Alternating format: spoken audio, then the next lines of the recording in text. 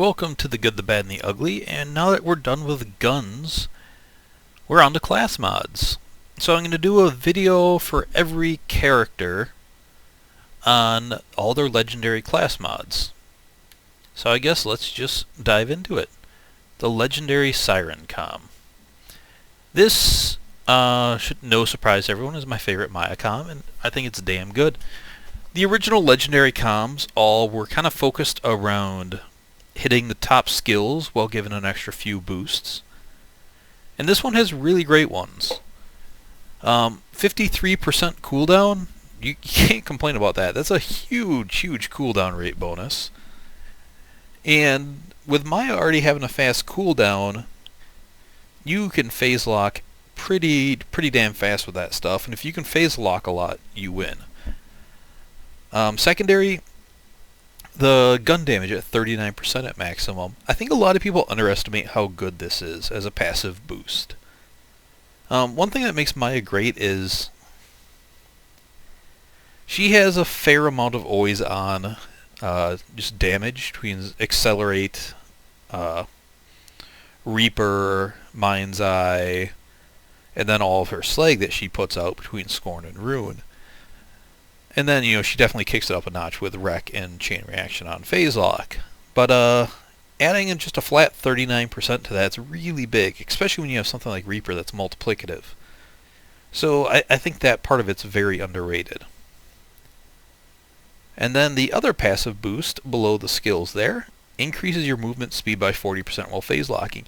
That comes in really handy, because a lot of times when you phase lock an enemy, they kind of go up at a weird angle and you might need to reposition. Or you can use it to kind of get away or close the gap. It just comes in pretty handy. Now I guess onto the skills. So here you have, across the board, she gets 5 out of her 6. Now some of the characters get all 6. And I'm not going to lie, at some point I've been a little jealous of that. But I think those other characters are missing some other things from the passive boost to balance that out.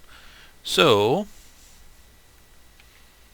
Ward boosted is pretty ridiculous, because 72 to 80% shield recharge delay, if I had 5 points in here, is really massive. And recharge delay to me is the most important stat on a shield. And this also makes her a good B user. And the B is a big time shield in this game. I'm going to be doing a B series coming up here. The capacity, there's some weird cap on capacity, so you don't always get that full capacity, especially if you're using a bigger shield.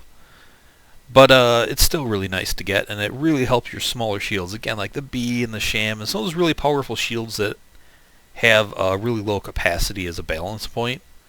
Or even like your T or Speedy shields. That makes a big difference. So I'm a big fan of Ward, and boosted Ward is fantastic. Accelerate. This one is one I usually just put 1 point into, but again, it's passive always on gun damage. And at 10 out of 5, it's some decent damage, and the bullet speed helps her accuracy because the bullets get there faster. So things like shotguns and anything multi-projectiles, it really helps the range of them by the split. Those bullets splitting apart not happening as fast. So helps your range, helps your damage. It's always on, and always on damage is nice. Mind's Eye, another one. Critical hit. This is probably the least favorite of the skills it boosts. I have issues with Mind's Eye because who cares about the melee damage? She's not a melee character. I know I did that melee build with her, but I much rather have seen that melee damage be something else to go along with the critical hit damage. Maybe accuracy. That would have been big, because then Mind's Eye and Accelerate together, that would have really made her a shotgun killer. Really help that accuracy and give you much more range on shotguns. But whatever. It's still there. It's still more DPS, which is good. You did get Sweet Release, but you don't really need more than 5. It would have been nice because then you could put 1 point in there, but yeah. Flicker, I would have much rather seen Sweet Release than Flicker. Flicker is kind of the waste here, but you know what? Maya has Life Tap, and with Life Tap, you can heal off dot damage in OP8. So Flicker kind of scaled decently, because even if you're not using Life Tap, you're probably using a Ruby or a Grog, which you can also heal off of dots. So with the Flicker, you get a lot of dots out there. You swap to your Grog, you heal. You don't even have to throw that Chain Lightning. So Flicker can really be useful, and it's my favorite of the bad skills in this cat tree. So I don't mind that being on there, to be completely honest, even though it's the worst one on there. And Foresight, a lot of people skip over Foresight when they're talking about Maya and her DPS and her damage, but both of these adds a lot to your DPS. Both magazine and reload speed is tier 1. 10 points in this is pretty damn big, especially since Maya only has 2 reload skills. This is absolutely beautiful. So this comm in general I think is a major win. It's got a nice balance. You have DPS, both straight to your damage and indirect things like magazine size and reload. You have survival with ward. You have even more survival with the cooldown rate, and even more DPS with the passive damage boost there. And then that cooldown rate also helps your DPS because it allows you to phase lock more often, which means more slag, more wreck, and more chain reaction. And the more often you phase lock, the more often enemies are still, the more often you have converge. So that cooldown is both DPS and survival. And that's where people kind of forget about it when they compare the legendary comm to some of the other comms. They forget about that cooldown and what that plays into your DPS. So next we have the Slayer of Taracalm. And pretty much all these are bad. And there's a lot of reasons they are bad. And almost all the characters are. So let's see, where to even start here? I guess I'll start with the passives. So burn damage is not all fire damage, it's just your dot damage. And dot damage in this game is lackluster. Burn chance is just your chance for fire dots, which isn't that important. If it was all dots, it'd be different, and all on both of those, but it's only fire. The max health here is really dumb. Not because I'm in one of those people that you can't increase your health, because this is a terrible health increase. Now that number doesn't look bad, but the way the formula works with these Slayer of Taracalm health boosts is kind of like how amp damage works. So typically with your health, let's say you're wearing a Rough Rider. You have your health plus the Rough Rider's health, and then you put on Blood of the Ancients, so you add those two together and then you multiply it by the Blood of the Ancients. That's not how this health bonus works. This health bonus, you would get this health plus times the percentages and then plus the shield, or plus this comm. So this health bonus wouldn't be affected by any percent chance or percent to your health increase, which is really dumb. So if you want a health stack, at one point you're like, oh, maybe this is a cool comm for this, because I could put on like a Evolution, wear this, and wear a Blood of the Ancients to make my health huge. But no, it doesn't really help that much because it doesn't multiply, which is dumb. And then you have the fact that all the skills are only +4. Now +4 to 5 skills is still good, but you have 4 other comms that have +5 and 5 skills. Even some with 6. For other characters, and these are only +4, which is really lame. And then you look at the skills and they seem kind of sporadic. Well, I guess not really sporadic, but they're the same as the legendaries, except you switch Foresight to Sweet Release. And you get less in each of them. And that's really dumb, because if you're going to switch to, it should have been Flicker to Sweet Release. But honestly, unless you're playing with 4 people, more than 5 points in Sweet Release is kind of overkill. Yeah, so like I said, most of these are pretty good skills, but Foresight's great and you lose out on that. And switch into Sweet Release, it's not really like a nursing or a health comm anyways, so yeah, kind of a loser here.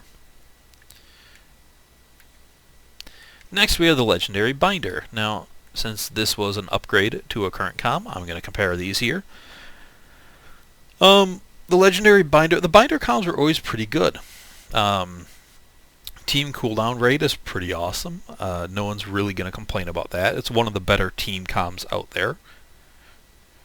I guess Kriegs are the only ones that don't really care about it, because either they don't use their action skill and they're going all Flame of the Firehawk spam, or they have it on pretty much automatic recharge. So, but all the other characters love it. Who doesn't love cooldown rate? And then with the skills on the original purple one, Reaper, great. Helios, meh. And then Suspension is really nice, which made it a great Subsequence comm, boosting Suspension, and then also, you know, getting that massive Reaper bonus. Now going over to the Legendary Binder, you got a little more cooldown rate, although you're not going to really notice that 2% to be honest, and maybe Axton or Gage will slightly notice it because they have long cooldowns. But you keep Reaper, Helios, and Suspension, and then you add Wreck and Sweet Release. And this was absolutely 100% brilliant. Whoever at Gearbox designed this. It is pretty much as close as you can get to a perfect Subsequence comm. Now I'm not spec down to there, but you can see why. So with Subsequence, you're going to have Sweet Release going off like crazy. And although I said over 5 points is overkill, if I was doing a Subsequence build and I was really going one player, I'd just put 1 point into here and 4 points into Mind's Eye. Kind of the opposite of what I do on my build. That way you're getting plenty of health, and with Subsequence, Sweet Release is going off like crazy. And although Helios is usually not very good, in a Subsequence build it goes off a lot, and therefore it's not that bad, so then I would switch my 5 points of Flicker to there. In fact, originally when I did this build I had 1 point in Helios and 4 in Flicker, because that way I could switch to a Binder comm and I would be hitting all the skills. That was actually the original point of this build I have, is so I could kind of have it a kitchen sink build and it hit every point every legendary comm did. But I eventually tweaked it and put that point out because I just wasn't wearing the Binder comm, because I'm not doing a Subsequence build, and yeah. But yeah, so Suspension, fantastic. Adding Wreck to it again, because for Subsequence it's popping up there all the time, and it helps you just kill those enemies faster, which gets Subsequence going faster, which means more Sweet Release. More of that, you know, Reaper obviously helps. So I don't think I would have done anything different with this comm. I think they nailed it perfectly. They chose a good comm to do. And the fact that this Legendary Binder might as well be called the Legendary Subsequence comm makes it even kind of cooler, because it's really tailored to that. You can use it in other ways, but since it's built so much towards that, I just love that. Next, we have the Legendary Cats. And there we go. So this comm was insane. It is the ultimate DPS comm for Maya. And it's great because Maya at level 61 definitely needed some extra help. She has some of the lowest DPS in the game. She might have the lowest DPS in the game. On paper, if you figure it out, she beats Axton, but with Axton's chucking abilities and some of those things you can kind of do with explosive guns with Axton, he can definitely edge out Maya. So this cat comm came along, and 138% gun damage is ridiculous. That adds so much to your SMGs. And you know, 30% more over the regular ones, quite a bit. And that accuracy bonus you really don't notice. Or accuracy penalty. But then they kicked it up a notch with the skills. The original one had Wreck, Mind's Eye, and Accelerate, and you see that. But then they added Reaper and Foresight to it, which is just amazing. Let's just go 5 DPS skills. So, you know, as you see here, I mean, I've already kind of went on my rant about Foresight for how good that is. You know, Reaper is multiplicative, so an 80% multiplicative is quite massive. Then on top of that, you have Wreck, Mind's Eye, and Accelerate on it. Now this is also the reason I don't like using this comm. I don't think it's got any balance. It's just 5 DPS skills and a passive DPS. It's just too much DPS for me. I think it's overkill, and I like my survival of Accelerate and cooldown. Also, since the Catcom doesn't have cooldown unlike the other two, you kind of want to go down to Quicken, which means for me I couldn't get Rune and Life Tap, which I love. So that's some reasons I don't use it, but that's not to take away from the comm. It is a brilliant comm, and once again, a huge heads up for Gearbox to make this, because they were kind of aware of the meta of the game. It just was, Maya needs some extra damage kick, and they gave it to her. And the fact that both the Cat and the Legendary Binder had Wreck and Reaper, two of her 3 biggest DPS bonuses, Chain Reaction in my mind is the third. It just shows kind of how aware Gearbox was when they made these comms, at least the Maya ones. I'll get into the other characters' ones. But how aware of the direction they needed to go with these. And they did a fantastic job. And now, the third one, which once again, Gearbox nailed it, the Legendary Nurse comm. We got a Subsequence comm, we got a pure DPS comm, and now we have a pure nursing comm. So the original Nurse has Elated, Restoration, and Sweet Release, and your passive healing. On this one, your passive healing got kicked up. You're not going to notice that too much because 11,000 a second sounds a lot, but on its own, when you have, let's see, what's my health at? It's actually regenning. But 800,000 I'm sitting at. You don't really notice 11,000 a second. But that's fine. That was on the original comm. It got increased, so that's good. So this one, a Restoration, Elated, and Sweet Release, just like the other one. But then you added Sustenance and Suspension. So let's take a look at that. Adding Sustenance to it was great, because this isn't team healing, but a big point of the Nurse is to stay alive, and Sustenance combined with all the other healing skills goes pretty nuts. 4% a second, depending on how high your health is or whatever, but that's a lot combined, again, with that passive from the Nurse and Sweet Release and Elated. You can just kind of heal through everything. Dots aren't that scary to you at all. That was nice to add to it, just to give you some survival, because you can't nurse someone if you're not alive. But, Restoration was on the original one. So was Elated and Sweet Release. And Restoration works really well, because if you're pure nursing, you want that 5 out of 5. So, you can heal them really well, but also to get your health higher for Elated. But Restoration, this is one of those ones that scaled really well, because damage to health, damage outscales health. So at endgame, Restoration gets better with every level, and then when you go to the OP levels, it kicks up since your health doesn't go up, but your damage does. You can heal your teammates past health gate with pretty much any gun. Especially, with 1 out of 5 in this. With the guns that I use, with the Becca, Twister, Pimpernel, I can easily get my teammates past health gate in a single shot.